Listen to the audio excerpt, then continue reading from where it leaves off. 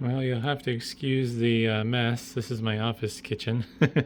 um, but I thought this would be kind of fun to share. I've been wanting to make a simple chili recipe in my Instapot, and that's Instapot Duo 3-quart. But a lot of the recipes online are kind of convoluted and a bunch of ingredients and stuff. It's like, I'm lazy. I don't want to have to make something crazy. But like with any good recipe, I need to tell my life story first. So, page 1. No, just kidding. Get that out of here. this is a recipe, not a stupid life story video. But anyways, so the recipe's pretty simple.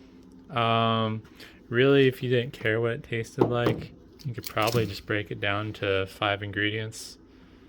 Roughly a pound of hamburger. I like 85%. Smallish, medium-sized onion, and then can of black beans, can of chili flavored tomatoes is what I like, but any diced tomatoes, and then chili beans. Overall, to make this, it's about $10, I would say, give or take, depending on prices in your area. And this will make 4 good-sized bowls of chili. So first thing you'll need to do is obviously cut up your onion and cook your meat. And I'm going to go do that real quick and I'll be back. Alright, well, the meat is now cooked and I've drained off the grease.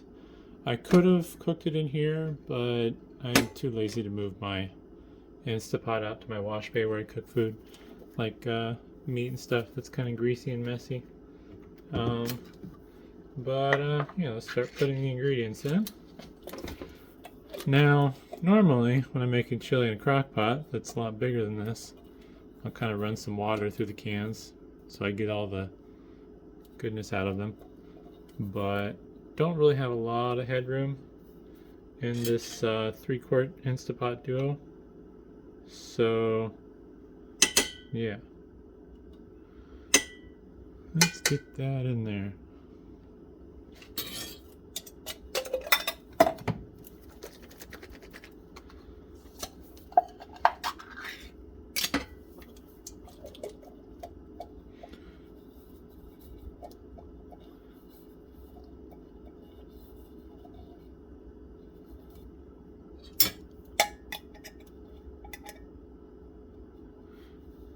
It's all gonna get stirred up, but I like to put the meat in the middle just because, oops, it's easier to stir it versus having it on top, since the meat tends to want to lock together. See if I can do this without making a mess. Got a tripod in my way. Oops, lost a chunk.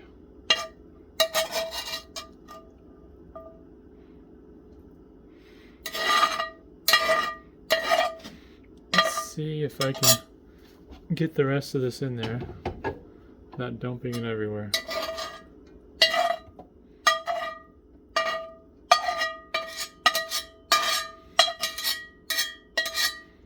Alright. Maybe. I'm just gonna awkwardly throw that back there for now. I'll wash it later.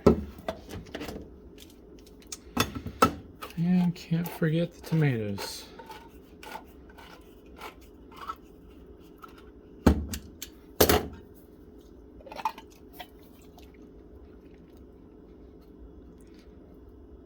Alright, so find the line here and get it in frame. You'll see that with the 3 cans and the roughly pound of meat, I think it was like 1.3 pounds, but either way, just right below the max fill line. Personally, I like my chili juicy because I'm weird. I know some people like their chili thick, but so I'll just top it off with a little water here, being mindful of that line. I like to stay under it just to be safe. I don't know what happens. I'm sure the manual would tell me what happens if you go over. It might grow legs, might explode. I don't know. I just stay under the line. I already did put some minced garlic with the meat when I cooked it. So got that covered. Gonna add some pepper. Unfortunately, I don't have a regular pepper thing, so just gonna grind up some pepper and throw it in there. How much? I don't know. It's a random amount. Same with salt. Add a little extra salt. There's not enough salt in those beans. Probably is, but yeah. I'm not gonna listen to what the government tells me. And then a random amount of chili powder. I like to add a little hot sauce too, but I don't have any at the shop. But yep, so give that a little stir. Don't look great now, but once it's done, it'll look pretty darn good, in my opinion. Better than canned chili, at least, because canned chili and dog food are both the same thing, in my opinion. Alright, so got that there. Put the lid on. You want to make sure you have it so it's not venting. And then I'm just going to drop this down. Wrong way. There we go. The setting that I use is soup broth. I found 20 minutes works good. And then just turn off keep warm. If you leave keep warm on, it'll eventually just kind of cook off the moisture. And it'll make your chili thicker, or it'll burn if you let it sit too long. Luckily, I don't know from experience. That's just what the internet says. So, either way, I will be back with the results in probably about half an hour. Well, the chili's all done. It's looking good and smelling good. Like I said, I kind of like my chili juicy, so turned out just right.